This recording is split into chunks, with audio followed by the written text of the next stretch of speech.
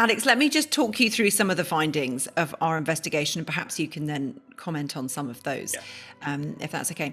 So we've made a podcast series about our investigation, but we've been working also with BBC Panorama and the University of Bath, because we've had thousands of documents that we've been distilling and filtering through to try and find, the structure of our investigation.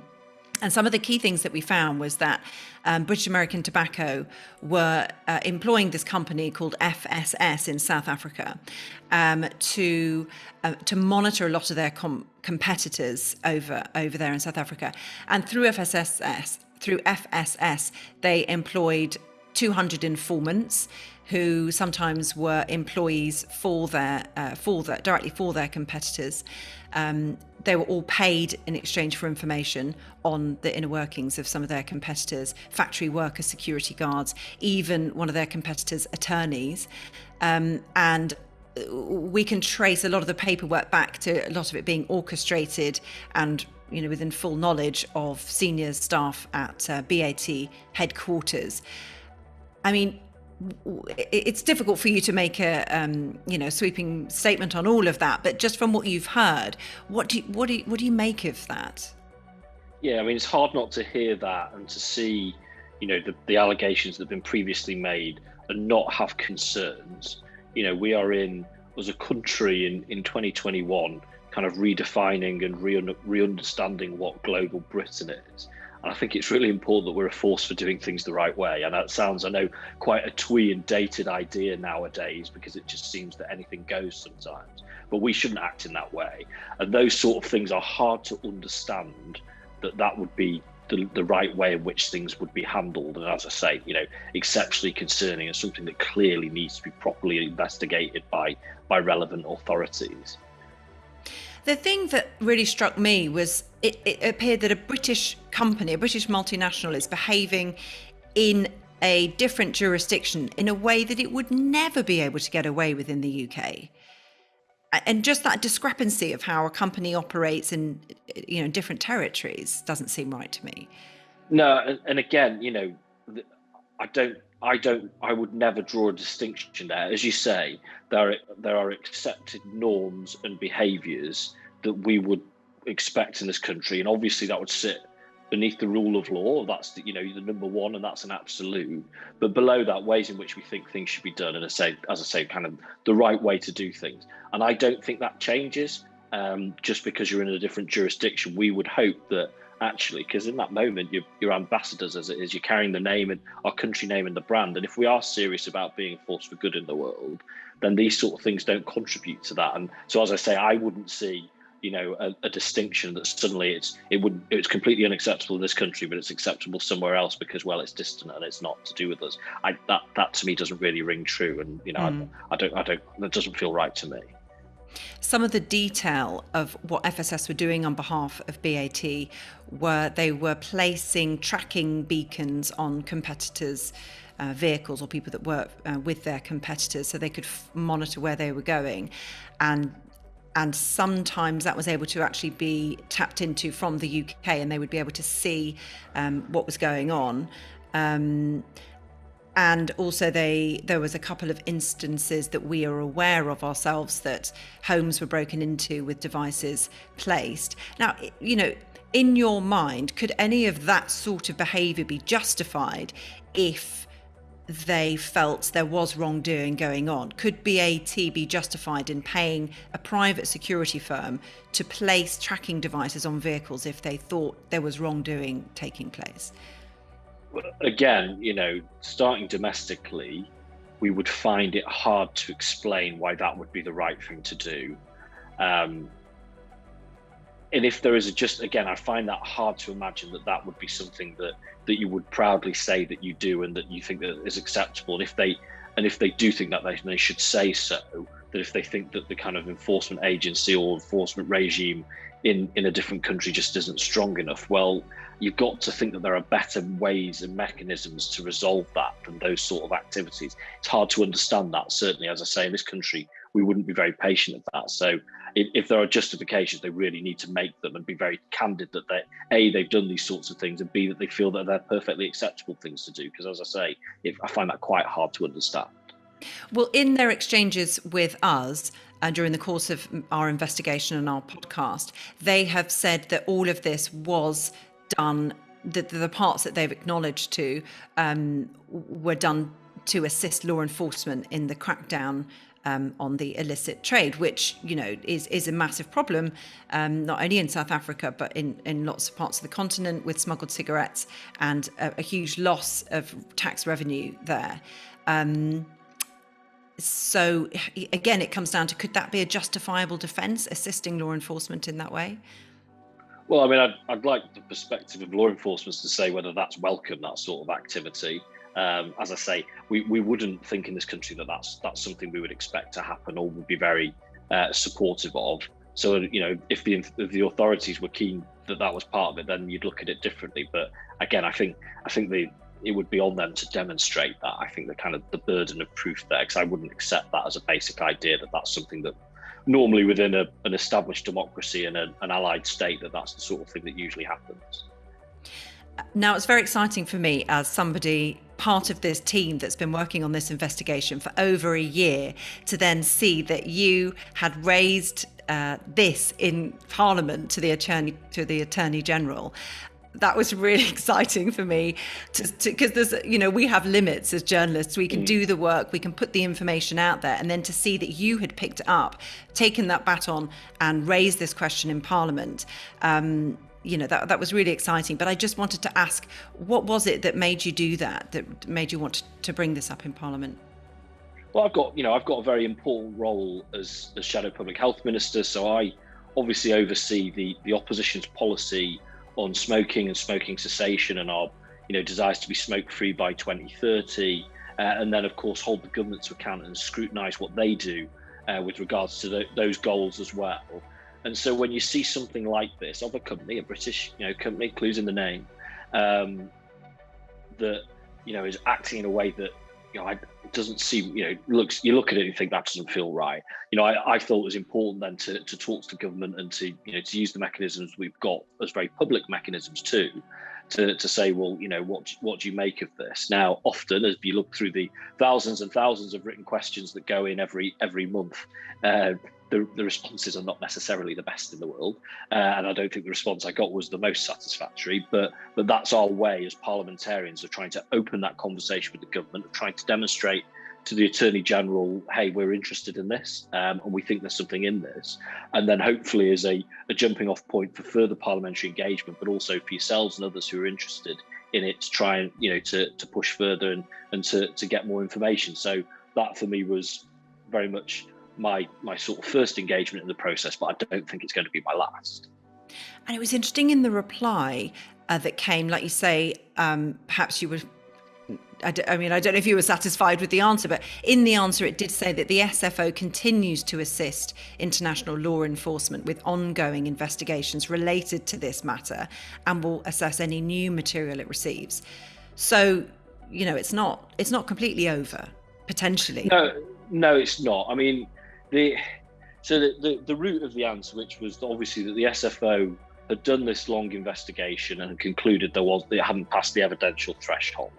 Now, I'm quite traditional in this sense, in that, you know, I've got faith in the institutions of this country. It isn't for me to second guess the Serious Fraud Office. I wouldn't do better investigations than them because I don't have their specialism. So broadly, as a broad principle, I would generally accept that if they look at something and make that judgment, I would broadly support that. However, what I wanted to test in that question, what I didn't get an answer on, and well, the answer was, you know, I asked about some of the methodology, whether any of the people involved in in the more recent revelations had been asked as witnesses and been asked for their evidence in the case. And the reply was, well, we don't talk about our methodology. And again, perhaps that in a written answer, I wasn't going to get the full methodology of who they talked to. I do think that point needs to be addressed, though, and that's something that I will return to, because it is really important, given obviously the revelations that you found through your reporting, the revelations that come out in the Panorama documentary. There clearly is, for us to be satisfied that the job has been done properly, we ought to know whether those have been considered as scope of the investigation. If instead, they relied on the reporting from 2015 alone and not any of the new revelations, well, it may well be that actually that information could help it pass the evidential threshold. So that, I think, is where we go next. As you say, there is still a commitment that they are still, that there's still engagement on this, and there'd better be, given the nature of the allegations that have come out. But my plan is to go next with it is to say, to push harder on that point, say, no, come on, we need to know, was this considered as part of your investigation? Because otherwise the investigation will have been incomplete. So I think that's personally where it goes next in a parliamentary sense. Absolutely. And we certainly know that a number of the sources that we've spoken to have not been contacted by the SFO, despite at least two of them approaching the SFO and wanting to provide their evidence. So we do know they've not been spoken to. And also we really struggled to get an answer from the SFO on whether a really key revelation in our reporting was investigated by them. And that was the aspect of the supposed bribe payment that was made to the Mugabe regime. And this, we felt, was hugely significant, but we couldn't get an answer as to whether the SFO had looked into that.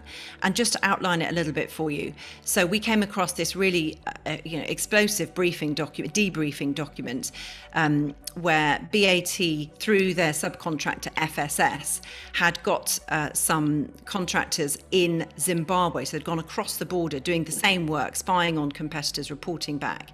And this had got to the attention of Mugabe, who was not happy about that. So these agents were then thrown in prison and locked away for a very long time.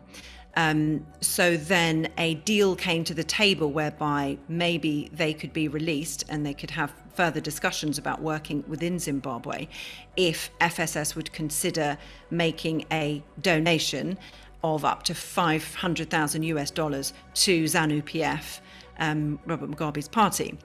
And this was in 2013, so it's a very critical time. He then went on to win that election. Now, we do not know if that money was paid. All we do know is that the three agents that were thrown in prison in Zimbabwe were shortly after released. And we also know from intermediaries that BAT were very aware of this bribe payment being proposed and on the table, and that it was discussed. One email said that we need to urgently discuss the pros and cons of donation to the party. So we don't have the full picture on that, but we have significant pieces of the puzzle which look like this should be looked at if it wasn't part of the former investigation. And that element we just can't get to the bottom of from the SFO yet. Yeah, I think it's in everybody's interest, given how significant this is, and given all those aspects, such as the one that you raised, and obviously that's got quite a lot of media attention, both in the UK and across the world, because it is something that's quite, I think it's quite striking information. I think it's in everybody's interest for there to be real clarity from the government and from the SFO about the nature of the investigation, so that there can be confidence in the conclusion they've reached. Or indeed, if it's clear that there are things that are out of scope, and again, for you to say that there are, witnesses who have said they haven't been contacted, that does raise questions about how complete the investigation was, that actually there may need to be a revisiting of this. So, as I say, I think it's in everybody's interest that the relevant authorities are as clear as possible about what they did and didn't consider, because otherwise I think this will continue to rumble on, because people won't feel that the job was completed. Do you have any concerns about the ability of our institutions like the SFO to be able to take something on like this?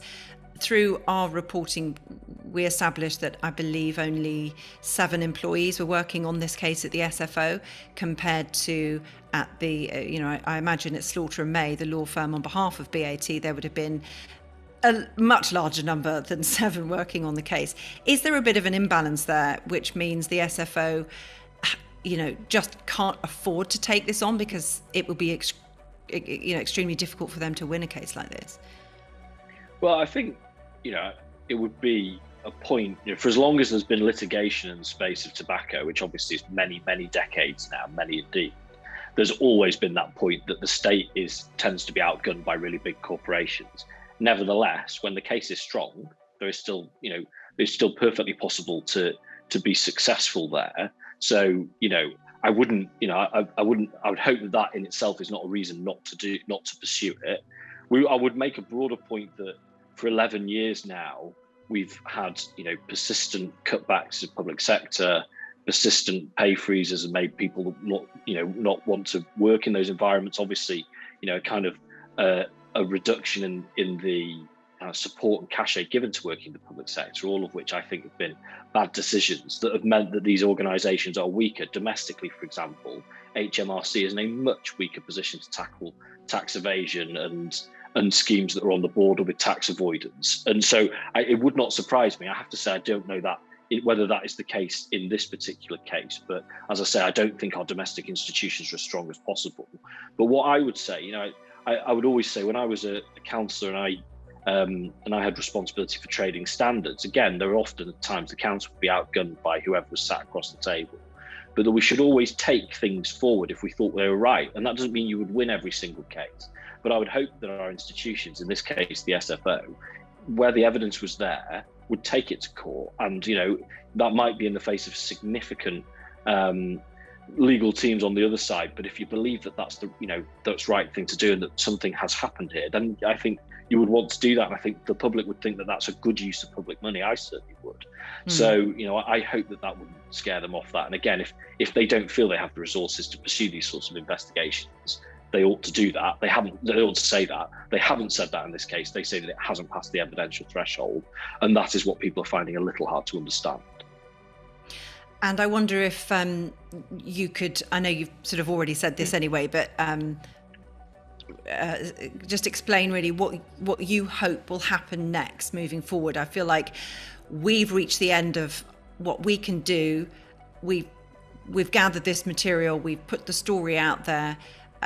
You've picked it up. I wonder, where will it go next? Where do you hope this will go? What should happen next? So where I think we've got to is, it's a matter of public record, obviously, where the government think this is up to, which is that there's been an investigation. The investigation's reached the conclusion that it's not past the evidential threshold, so case closed. And then we've got the work of yourselves and other, brilliant investigative journalists saying there is more to this case. We're not, and we don't believe that all of the evidence has been considered. So those two positions are in tension. I think it's my role as an independent third party with a very privileged platform of being a member of parliament and being able to connect, obviously with yourselves, but very directly with government, to try and put those two things together. Now, that might not be yourselves and the Attorney General in the same room arguing the merits of that, but for, certainly for me to take the evidence that you've got, the testimony of people who said that they have material evidence and have never been asked for it, and to make that challenge both to the Attorney General and to the government, and obviously through their good offices to the SFO. So that's what I will do next. And we will keep plugging away with that, because as I say, I don't second guess the investigations. I wouldn't do a better job of the investigation. It's not my area of expertise. But I do think it's legitimate for me to ask the question about whether the investigation has fully considered all of the evidence, especially when people like yourselves, who spend a lot of time on these things, tell me there are people who said they hadn't been talked to at all. That's a big red flag. So, I think that's where that goes next. And, I think that's the right course of action. And as Shadow Health Minister, wanting to see smoking eradicated, to see an extremely profitable company like BAT behaving in this way, when ultimately it comes down to profits and maintaining their brand, what's your take on the company? What's your take on BAT and their behaviour in all of this? Well, I think, as I said, I will look with great interest to see their justification. And, I would strongly say that, of course, activities are regulated within this country and we would expect a certain set of behaviours, but I don't personally think that stops at the nation's border. And if you're going to carry Britain in your name, if you're going to be essentially ambassadors for our country, we'd hope that people acted in a way that promoted Britain as a force for good in the world. So, as I said, I'd be very interested to hear what the justification is.